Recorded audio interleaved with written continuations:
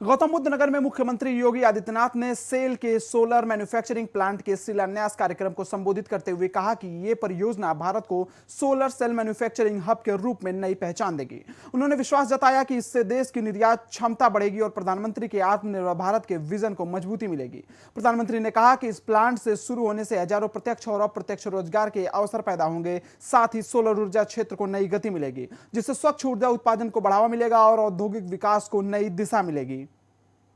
6 gigawatt solar cell और 5 gigawatt solar module निर्माण क्षमता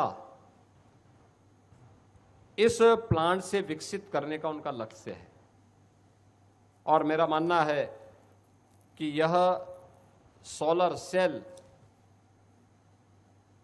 की मैन्युफैक्चरिंग के हब के रूप में भारत की एक्सपोर्ट की पावर को बढ़ाने में भी एक बड़ी भूमिका का निर्वहन करेगा।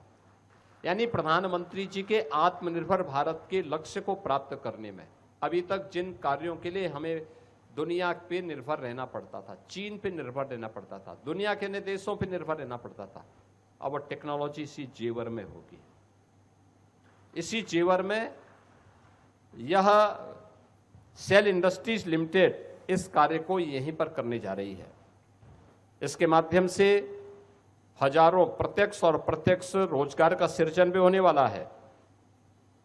एमएसएमई, लॉजिस्टिक और उसके सहायक उद्योगों के साथ साथ इंजीनियरिंग और टेक्नीशियंस के लिए भी एक नए फील्ड में कार्य करने के अवसर प्राप्त होंगे। उस दिशा में एक नया प्रयास प्रारंभ हुआ है और उत्तर प्रदेश के युवाओं को ग्रीन इकोनॉमी का नेतृत्व करने का भी एक अवसर इसके माध्यम से प्राप्त होने वाला है।